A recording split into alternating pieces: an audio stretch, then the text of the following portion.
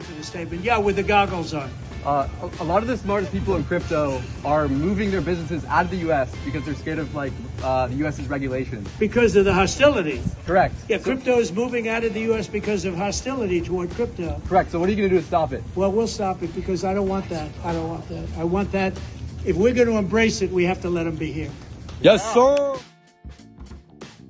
Let's get after it from around the world and across the web. Ask the Advisor. As we sit down with Mati Greenspan, the CEO and founder of Quantum Economics, also one of the big brains behind the operation there in West Texas, where they are actively mining Bitcoin right now, Quantum Expeditions, inviting you to join them on the adventure, an opportunity to invest right there online right now. First question from Pippin the Ape. Where do you think hybrid DeFi and projects like Bozo Hybrid are going with their tokenized NFTs and crypto alchemy? Okay, Pippin the Ape, you roped me in. Let's check it out. I've never heard of Bozo Hybrid before, but I'm happy to take a look for you on this recording so that you and everybody else can kind of understand how I'm looking at new projects and when people tag me in stuff, what's going through my brain. First thing that we want to see is the website. Okay, they've got some followers here. Followers can be bought. They do have some engagement. No, see, some engagement over here was likely bought, 94,000, but their regular posts are not receiving that many. This is very preliminary. It's not something that I would make any decision based off of because social metrics can be gamed. Okay, use of Bozo Finance agreement required. Agreement, wow, okay. But using Bozo Finance and interacting with Bozo Bank. They spelled bank wrong. Okay, first of all, I know that it's popular. You like to misspell words in crypto. I don't respect it, not at all. Please, if you want to present yourself as a legitimate project, spell correctly. At least use a spell checker and whatnot. I think that this is a very scammy tactic.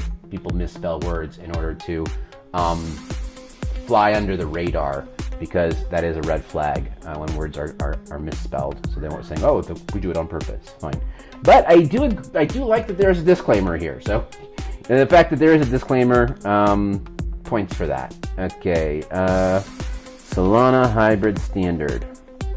Let's see, okay, get your Bozo Hybrid Gold brick on Tensor. I don't know what that means. What is Bozo Hybrid?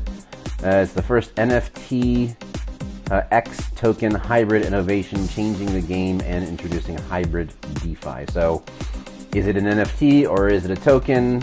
Some kind of mix of the two, I guess. Okay, then they've got their tokenomics spelled out here.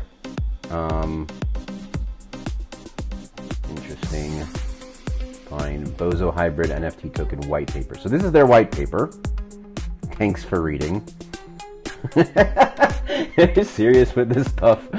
My gosh. Okay, so meme coin that claims to be an NFT and a token. I mean, you can't really be. I'd really have to understand what does that mean. Okay, so either you're a non-fungible token or you're a fungible token. You can't really be both. It doesn't really make any sense. Okay, so let's now try and connect a wallet. Select a wallet, Phantom or MetaMask. It is Solana, so I'm going to use Phantom. Let me first just set up a new Phantom wallet because I am not using my regular Phantom wallet. This is most likely a scam, so we'll use a Burner Sol wallet. Brand new, nothing in it. Let's try it. Connect the wallet, see what happens. Burner Sol connect. Good. Okay, wallet is connected. I don't know what's happened. Okay, so now we've got a wallet connected. Go to Bridge Nuggets, get tokens. They want me to buy tokens before I even, okay, escrow balance. So I guess these are their Bozo NFTs. And then the Nuggets Gallery.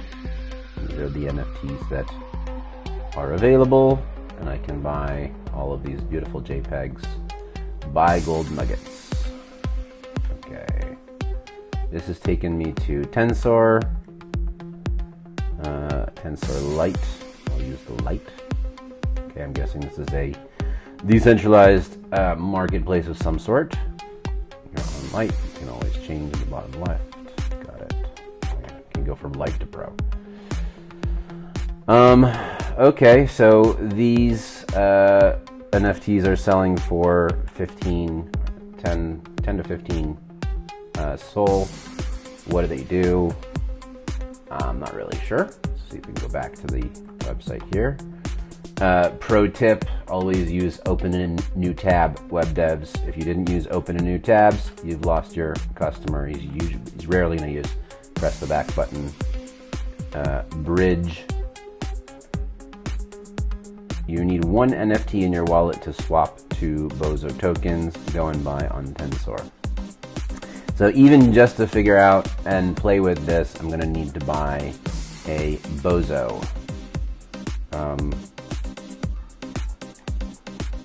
Yeah. Search hybrids.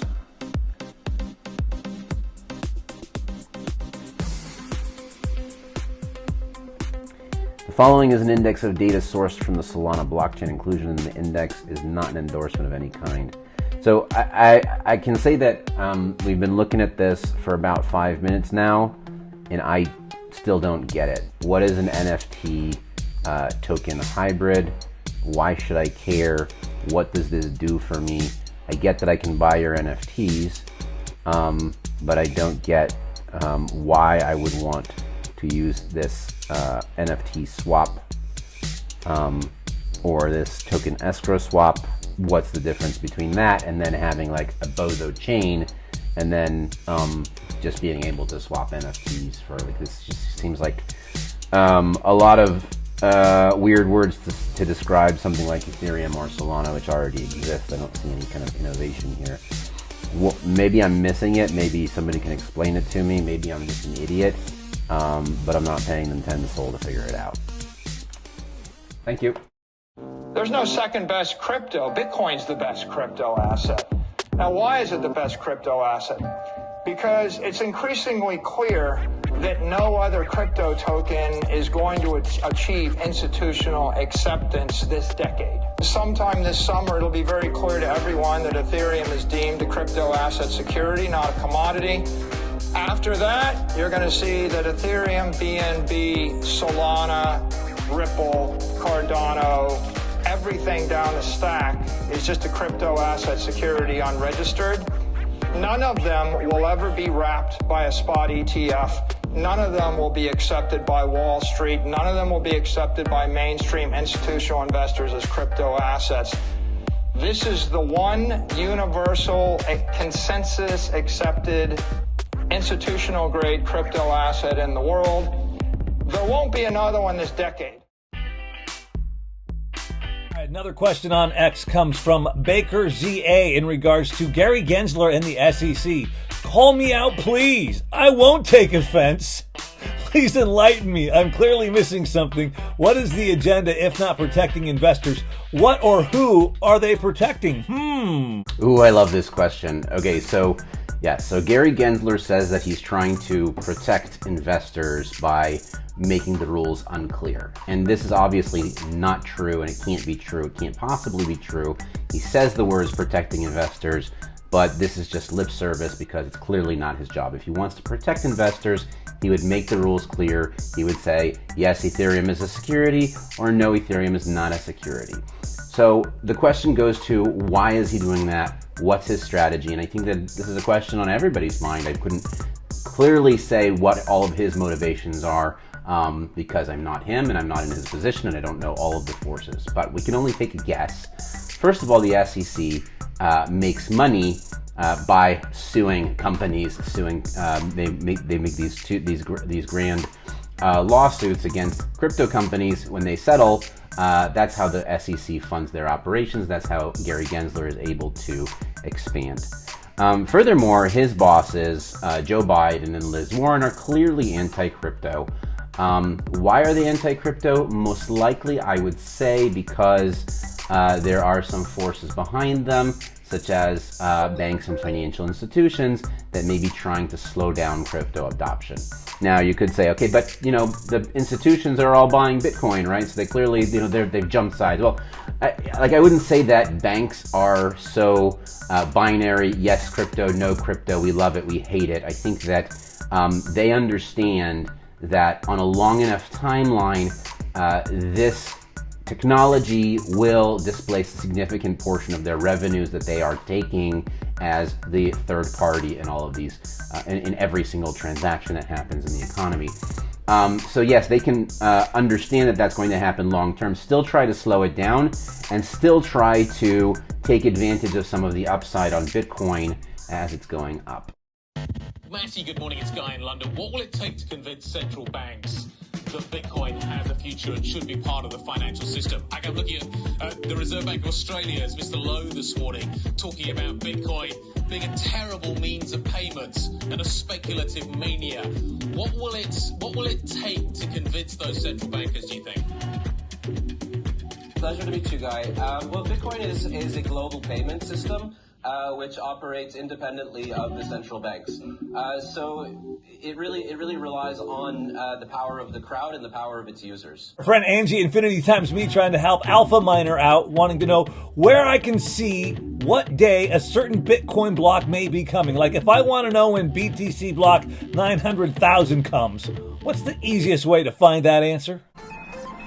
No, I don't think there is a specific tool. I did some Googling to see if I could find one, but it actually, we could do the calculation much simpler. If I were a coder, I'd do it for you. It's a pretty simple calculation that we can use, a handy-dandy calculator to figure out.